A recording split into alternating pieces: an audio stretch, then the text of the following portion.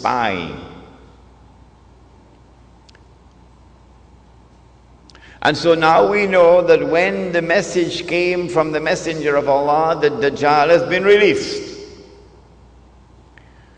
We know that it is in this island that he's going to be released. And it is from this island that he will launch his mission to impersonate the Messiah and to eventually rule the world from Jerusalem. Question: which island is it? Before we attempt to answer the question, let us turn to another hadith, another statement of the Prophet ﷺ, which is of crucial importance. It is also in Sahih Muslim. He said that when the Antichrist is released, he will live on earth for 40 days. 40 days. Yawmun kasana. One day like a year. Yawmun kashahr. One day like a month. Yawmun kajum'a. One day like a week. Wasairu ayyamihi ka ayyamikum. And all his days, implying all the rest of his days, would be like your days. When his day, now listen carefully, when his day is like our day, he would be in our dimension of time. And when he is in our dimension of time, then we can see him. At that time, of course, he would be, said the Prophet ﷺ, a Jew, a young man, powerfully built, with curly hair. Where would he be at that time? Of course, he would be in Jerusalem, ruling the world from Jerusalem, the way the world is now ruled from Washington.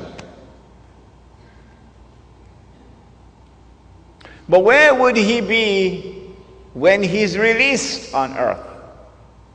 In a day which would be like a year. And where would he be on earth in a day which is like a month? And where would he be on earth in a day which is like a week? Do we have answers for that? Praise be to Allah, who allowed this servant Imran to study international relations, international politics, international economics.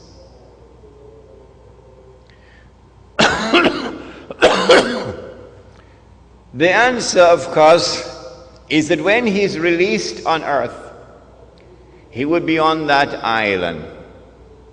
And from that island, he will launch his mission to liberate the Holy Land, to bring the Jews back to the Holy Land, to reclaim it as their own, to restore a state of Israel in the Holy Land, and get the Jews to believe that this is the holy Israel of David and of Solomon, alayhi salam, and to cause that state of Israel to become the ruling state in the world. Which island is it? This is my answer. You do not have to agree with me. You are free to differ with me.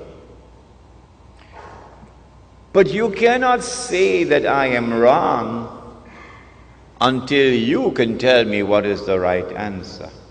That's fair, isn't it? That's fair, isn't it? Come on, answer me. You cannot say that I am wrong until you can tell me what is right.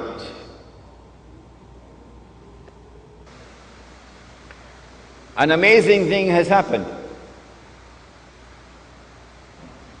That nowhere in the world, praise be to Allah, has anyone come forward so far to differ with me and to challenge me. Not one. Until I came to Trinidad in August. And one fellow in Trinidad challenged me. In November of 1917,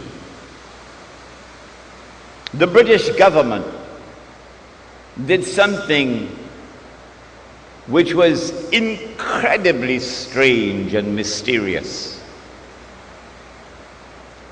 A Britain which is now the prince of the secular world.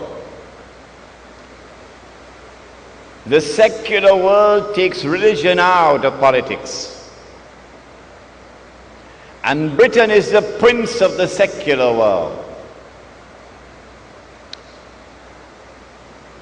Britain issues a declaration known as the Balfour Declaration in November 1917 that it is the intention of His Majesty's government to work for the establishment of a Jewish national home in the Holy Land.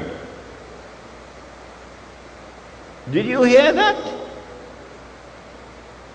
The only thing stranger than that ever occurred in history was the day that the cow jumped over the moon.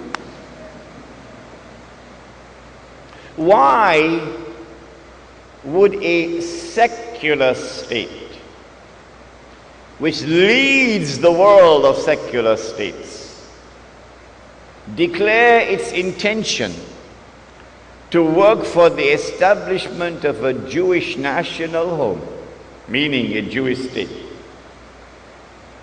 in the Holy Land?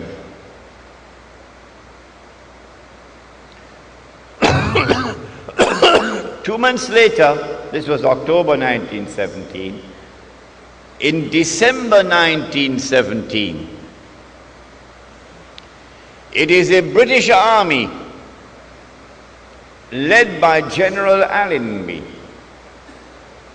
which defeats the Ottoman Islamic army and liberates the Holy Land. And when Allenby entered into Jerusalem, the British general declared, "Today, the Crusades are over." Oh, but the Crusades were supposed to have been Christian wars. And you are now a secular state. You're not a Christian state, you're a secular state. How come a secular Britain is continuing a crusade started by the Pope 1,000 years before? That's strange. That is incredibly strange. Between 1918 and 1948, it is the island of Britain which ruled over the Holy Land on a mandate conferred by the League of Nations. And during that period of time, with tremendous deception, while pretending to keep the Jews out, Britain opened the doors for the Jews of Europe to enter into the Holy Land and to reclaim it as their own. In between came the interlude of Adolf Hitler,